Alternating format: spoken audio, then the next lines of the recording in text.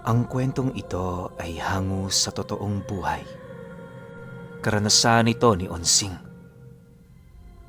Taong 1961, Toledo, Cebu.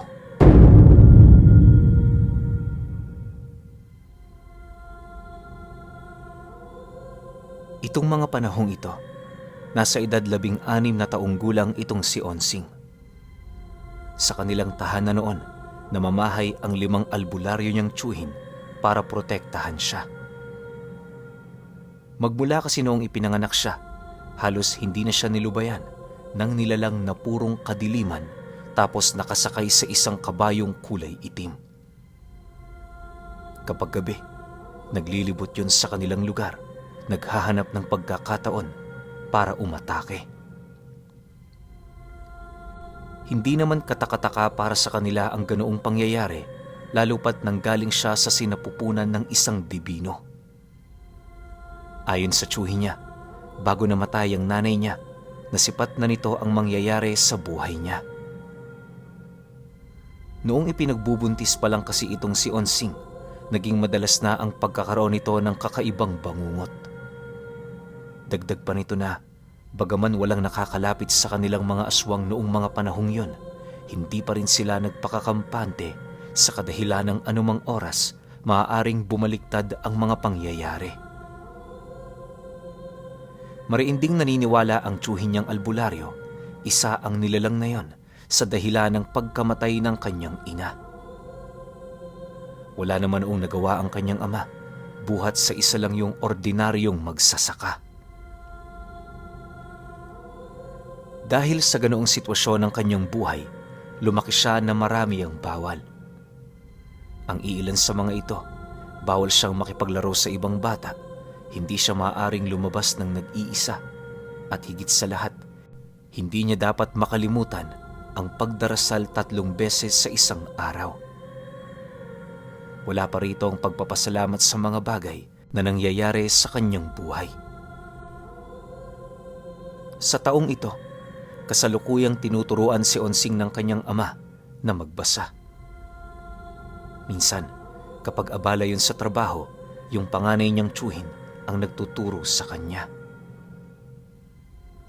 Kahit natatakot noon si Onsing na marinig ang tungkol sa nilalang na nakasakay sa kabayong itim, wala siyang pagpipilian kundi ang makinig sa mga istorya nito. Ayon sa tiyuhin niya, na mas mainam na alam niya ang tungkol doon nang sa gayoy meron siyang disiplina sa lahat ng bagay na nais niyang gawin. Paulit-ulit din itong inilahad sa kanya, bukod tangi siya sa ibang bata. Hindi siya nabuhay para magtrabaho katulad ng karamihan, bagkus ay isinilang siya sa mundong ito para magtanggol at manilbihan. Dagdag pa ng tiyuhin niya na sa kanyang pagtanda, mauunawaan niya ang lahat-lahat. 2 linggo bago sumapit ang Biyernes Santo, naging abala naman ang mga ito. Yung mga tiyuhin niya, kahit walang buntis sa bahay nila, maya't maya ang pagpalit nito ng mga pangontra. Hindi naman yun gaanong pinansin ni Onsing sa kadahilan ng abala din yun sa paglalaro at pag-aaral. Isang gabi, habang nagpapahinga silang pamilya, bigla na lamang siyang nagising nang mapansin niyang may nag-uusap sa sala ng bahay nila. Pagsilay niya sa kanyang tabi, nasipat niya ang kanyang amang tulog na tulog, kung kaya't dahan-dahan naman siyang bumangon mula sa kanyang higaan. Pagbukas niya ng pinto, laking gulat na lamang niya nang masipat niya ang kanyang mga tiyuhin na nagkukumpulan sa isang maliit na siwang ng bintana. Dala ng pagkaabala ng mga ito, kung kaya't hindi siya nito napansing lumapit. Makalipas lamang ang ilang minutong pagmamasid, doon na niya napansin ang isa sa kanyang mga tiyuhin na agad namang nagtanong sa kanya ng, "Oh, Onsing, kanina ka pa ba dyan? Bakit hindi ka pa natutulog?" Nang marinig naman niya ang sinabi nito, kampante naman siyang sumagot sa tiyuhin niyang yunang, "Hindi ako makatulog. parang binabangungot ako. Tiyo, anong tinitingnan niyo dyan? Pagkarinig ng tiyuhin niya sa kanyang sinabi, bakas sa pagmumukha nito ang animoy pag-aalala. Maya-maya pa, seryoso naman siyang tiningnan ng panganay sa mga tiyuhin niya na para bang meron yung iniisip na malalim. Hinayaan lang naman ni Onsing na titigan siya nito hanggang sa dumating ang puntong marinig niya yung sumagot sa kanya ng, "Nandirito yung nilalang na palagi ko sa iyong kinukwento. Halika Onsing, sumilip ka sa bintana para makita mo." Kasabay ng pag-uwi ka ng tiyuhin niya ay ang dahan-dahan naman niya roong paglapit. Pagsilay niya sa siwang ng bintana, laking gulat na lamang niya nang masipat niya ang isang kabayong itim na panayang pag-ikot sa labas ng kanilang bahay. Ang nakasakay dito, halos hindi niya maaninag ang pagmumuka na para bang kinukubliyon ng kadiliman.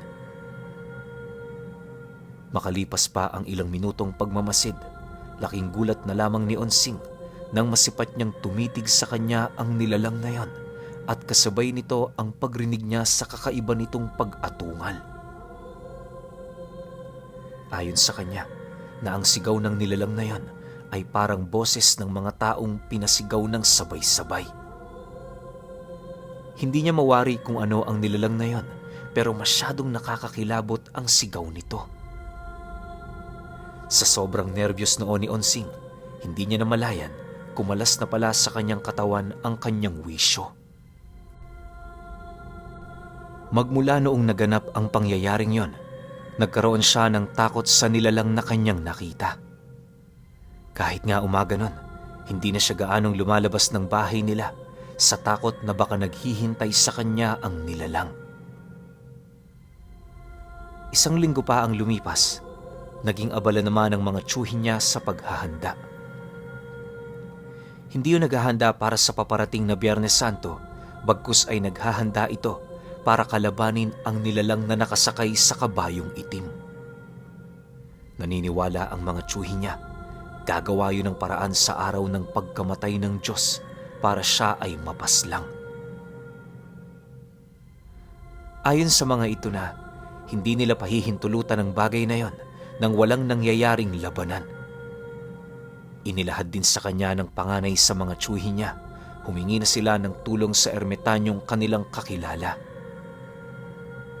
Inaasahan nila ang pagdating nito sa Huwebes Santo dahil sa malayo-layo rin ang lugar na pinanggalingan nito. Matapos naman yung marinig ni Onsing, wala naman siyang ibang nagawa kundi ang mag-aral ng lihim na karunungan. Yun na lamang kasi ang naisip niyang gawin para makatulong. Pagpasok ng Lunes, mas lalo pang naging mahigpit ang mga ito sa kanyang galaw. Hindi na siya nito gaanong pinapalabas ng kanilang tahanan sa kadahilan ng hindi pa sumasapit ang hapon na sisipat na nila ang nilalang na yon. Inabisuhan din ng mga ito ang kanyang ama na huwag nang magtrabaho para magbantay sa kanya. Sa pagsapit ng gabi noong mismong araw na yon, doon na silayan ni Onsing kung papaano maghanda ang kanyang mga tiyuhin. Matapos nitong makapagdasal at makapagkarga ng mga pangontra sa kanilang mga armas, nagsimula na yung magmasid sa buong paligid. Pagtungtong ng 9:00 ng gabi, nagpaalam na yun sa kanyang ama na lalabas na ang mga ito para maglibot sa bahay nila. Nang marinig naman ng ama ni Onsing ang sinabi ng kanyang mga tiyuhin, agad naman niya yung sinamahan patungo sa pintuan ng kanilang bahay. Siya noon, nakaupo lang sa sala, nagmamasid sa pag-uusap ng mga ito. Bago nito isarado ang pinto, kitang-kita niya pa ang mga tiyuhin niya na nakangiti habang pinagmamasdan niya. Makalipas pa ang ilang minuto, patuloy naman nilang pinakikiramdaman ang mga nangyayari sa paligid. Bagaman ligtas sila sa loob, halos hindi naman sila mapakali dahil sa pag-aalala para sa kalagayan ng mga tiyuhin niya. Maya-maya pa, bigla na lamang silang napatahimik matapos nilang marinig ang mga sigawan sa labas ng kanilang bahay.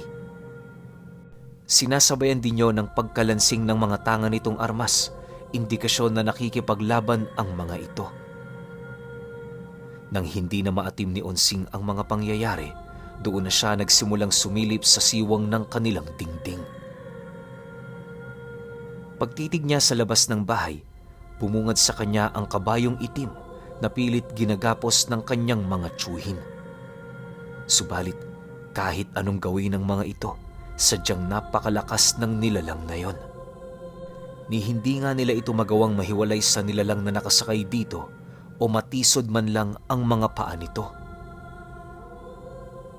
Dahil sa pangyayaring yon, napapansin ni Onsing ang animoy pagkagapi ng kanyang mga tiyuhin.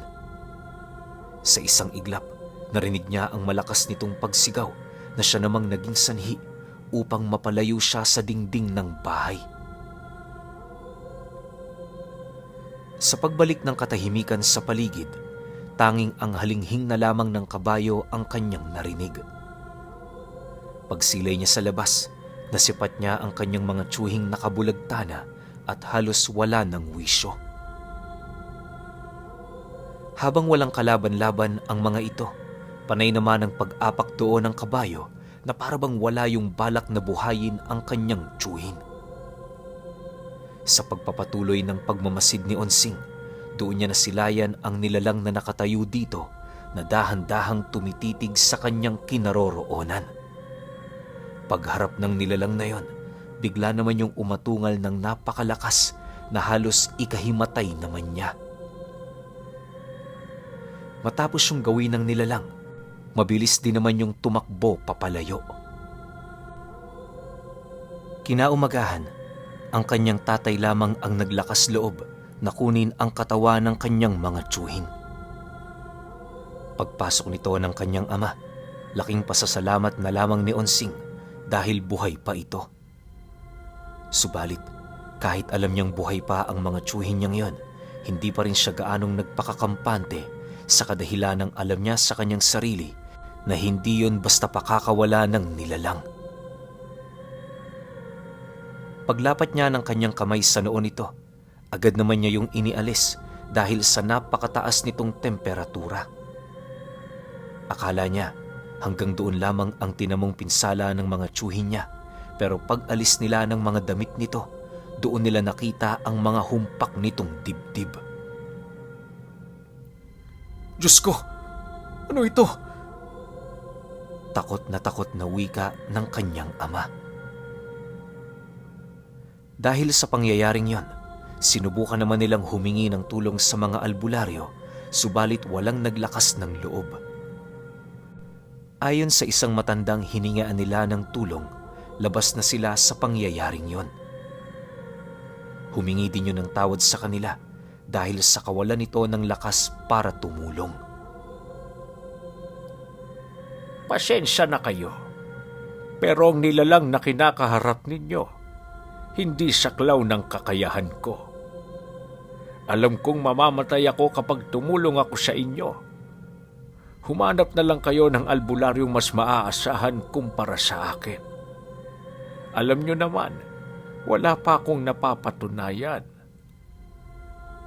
Wika ng matandang huli nilang hiningian ng tulong. Matapos namang mapag-alaman ng tatay niya ang hinanaing nito, nagdesisyon na yung tigilan ang matandang yon. Sa isip-isip nito, wala naman silang magagawa kung ayaw tumulong ng matanda. Sa paglipas pa ng mga araw, nagpatuloy ang pagpaparamdam ng nilalang na nakasakay sa kabayong itim. Dahil sa kawalan ng lakas ng kanyang mga tiyuhin, sa kauna-unahang pagkakataon, nakatungtong na yon sa kanilang lugar. Unti-unti na ring nauunawaan ni Onsing ang mga sinasabi nito na parabang gumagamit yon ng mga engkantasyon para sila'y magkaintindihan.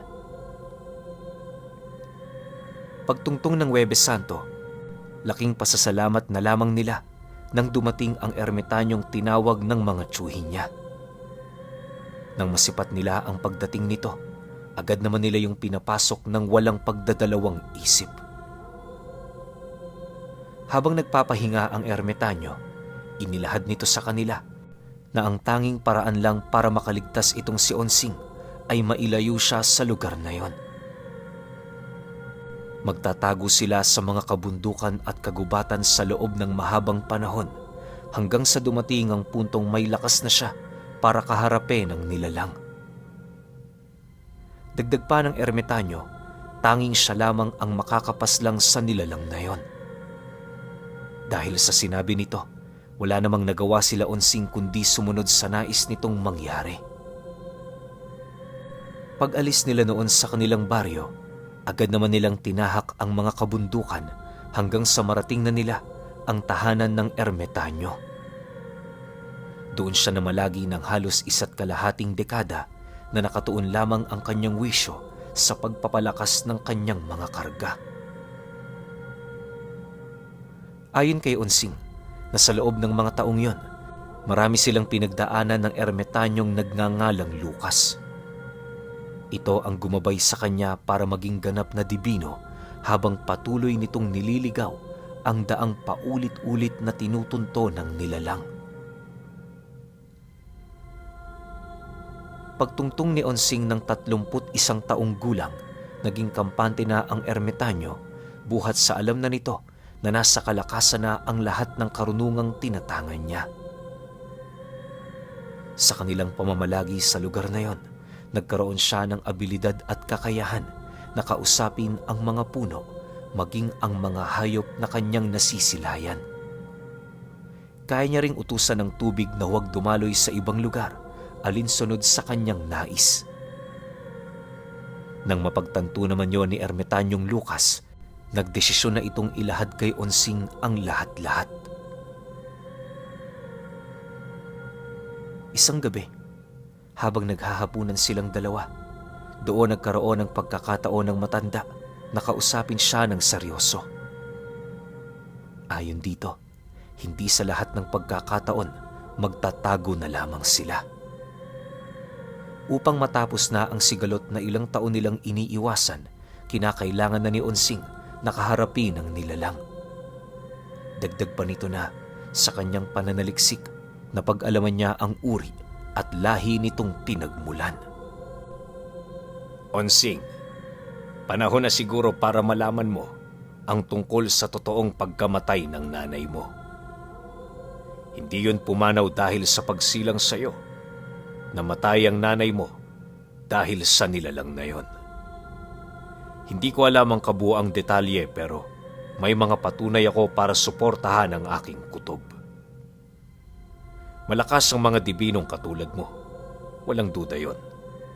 Pero sabi ng matatanda, kahit anuman ang lakas ng isang nilalang, meron at meron pa rin yung katapat. Sa estado mo, ang nilalang na nakasakay sa kabayong itim ang katapat mo. Marami akong nalamang usap-usapan ukol sa nilalang na yon. Ayon sa iilan, ito ang tinaguri ang mamamaslang ng mga dibino. Sa iba naman, naniniwalang aswang ang mga ito na sinapian ng isang demonyo. Nasa sayo kung anong panig na paniniwalaan mo. Sigurado naman ako, iho, ikaw ang nakakaalam ng lahat ng kasagutan sa iyong mga katanungan. Ngayong gabing ito, binabasbasan kita. Maaari mo nang gawin ng lahat ng bagay na nais mo. Kung hangad mong bumalik sa tahanan ng iyong ama, hindi kita pipigilan. Nasa iyo na ngayon ang pagpapasya. Wika ng albularyo sa kanya. Nang marinig naman ni Onsing ang sinabi nito, tila bang doon pa lamang siya nakaramdam ng animoy hindi masukat na tuwa. Walang pagdadalawang isip, agad naman siyang sumang-ayon sa huling sinabi ng ermitanyo. Dahil sa kanyang naging pasya, kinaumagahan, agad naman silang lumabas ng gubat. Habang binabagtas nila ang daan, hindi naman maiwasang magtaka ng matanda sa kadahilan ng wala siyang nakikitang anumang bakas ng nilalang sa paligid. Noong bago pa lang kasi silang nanirahan doon, halos araw-araw ang pagbisita nito. Yun din ang kanyang rason kung bakit pinuno niya ang kabuuan ng gubat ng mga panliligaw at sabulag. Kalahating araw lang ang lumipas, narating na nga nila Onsing ang baryo. Habang binabaybay nila ang sentro, hindi naman niya maiwasang magulat buhat sa dami ng taong bagong-bago sa kanyang paningin. Marami ring tahanan at tindahang umusbong sa kanilang lugar na sinasabayan naman ng pag-unlad ng teknolohiya. Pagkaraan pa ng ilang minutong paglalakad nila, laking gulat na lamang niya nang madatnan niya ang kanilang bahay na meron ng isang pamilyang nakatira. Pagsilay niya sa mga ito, agad naman niyang naramdaman ang presensya ng nilalang na nakasakay sa kabayong itim. Gayunpaman, sa kabila ng kanyang mga naramdaman, pinilit niya pa ring pumasok sa bahay na yon para magtanong. Nang masipat naman siya ng isa sa mga lalaking naroon, dali-dali naman siya nitong nilapitan habang nananatili yung nakayuko. Paglapit nito, agad naman niya roong tinanong ang kinaroroonan ng kanyang ama na siya namang labis na ikinagulat ng lalaking kausap niya. Dahil sa presensyang kanyang tinatanga noon, wala naman yung nagawa kundi ituro ang loob ng silid.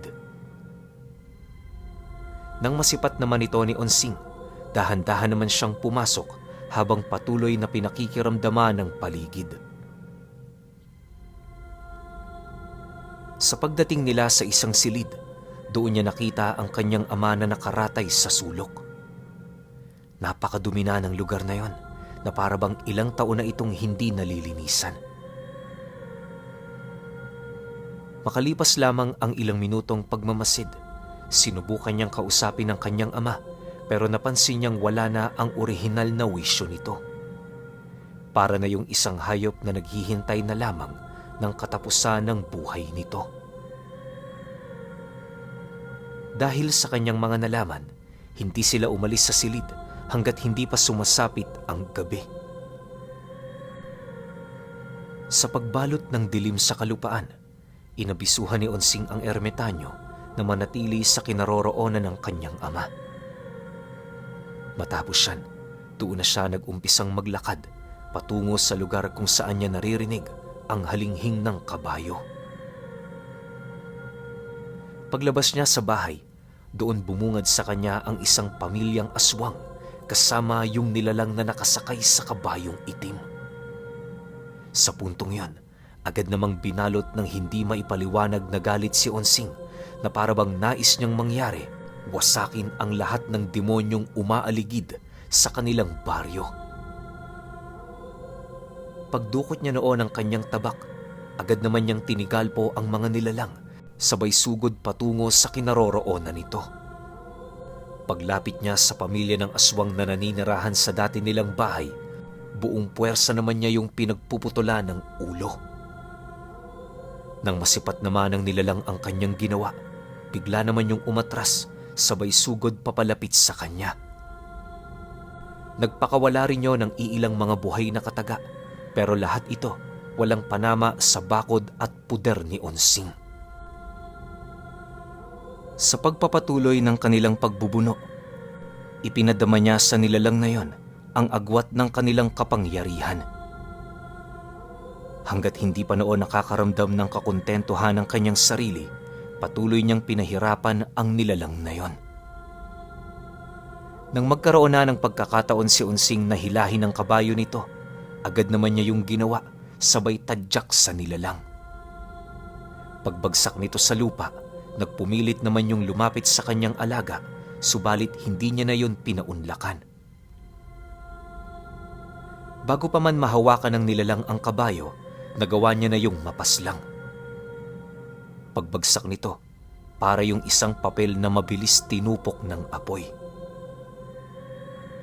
Sa pagkawala ng kabayong yon, unti-unti na ring nanghina ang nilalang hanggang sa tuluyan na yung naagnas. Habang dahan-dahan na yung nawawala ng buhay, doon na silayan ni Onsing ang pagsilabasan ng iilang mga kaluluwa na pinaghihinalaan niyang mga dibinong minsang na biktima ng nilalang na yon. Ituring mo yung ganti. ng lahat ng taong pinatay mo. Bumalik ka na sa lugar kung saan ka nagmula. Sigaw ni Onsing sa nilalang habang patuloy na umiiyak. Sa pagkawala nito, para siyang nabunutan ng tinik sa lalamunan. Pagbalik niya sa loob ng silid, nadatnan niya ang ermitanyong binabalutan ng puting tela ang bangkay ng ama niya. Bagaman naghihinagpis si Onsing sa pagkawala nito, inaasahan naman niyang ganun talaga ang kanyang madadatnan dahil sa humigit isang dekada niyang pagkawala. Ilang buwan pa ang lumipas, nilinis niya ang kanilang lugar. Yung dating bahay nila, pinilit niyang ibalik sa dati ang itsura. Ayon sa kanya, mas nanaisin niyang manirahan sa lugar na yon para maalala ang nagdaang buhay ng kanyang ama at ng kanyang mga tiyuhin.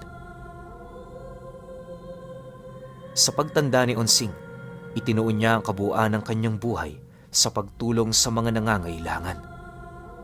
Si Ermitanyong Lucas naman, bumalik na rin sa gubat para ipagpatuloy din ang buhay nito. Pero alam niyo ba, kahit ilang dekada pa man ang lumipas kay Onsing, ni minsan sa buhay niya, hindi niya pa rin malimut-limutan ang tungkol sa nilalang na mamamaslang ng mga dibino.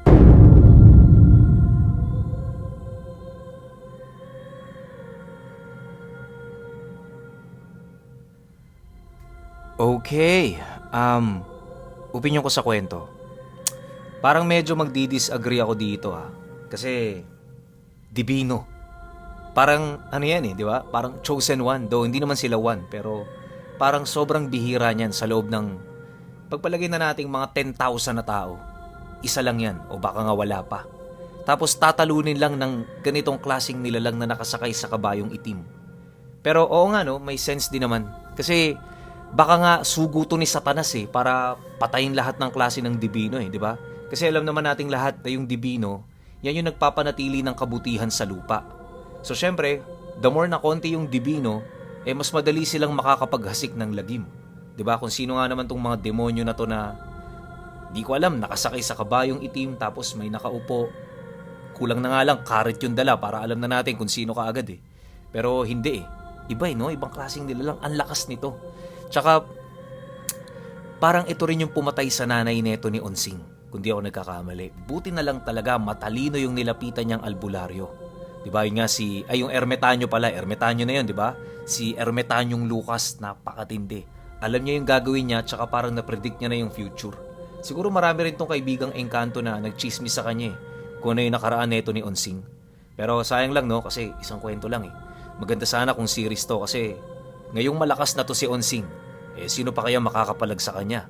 Napatay niya nga yung mamamaslang ng mga dibino diba? Pero alam ko rin at alam nyo rin na hindi lang isa ang mamamaslang ng mga dibino. Siyempre, may rankings yan. Malamang sa malamang meron tong katapat. Pero yun nga lang, isang kwento lang tayo. Kaya, kayo, kung may opinion kayo sa kwentong ito, comment nyo lang sa baba. Yun lang. Hanggang sa susunod na kwento. Salamat.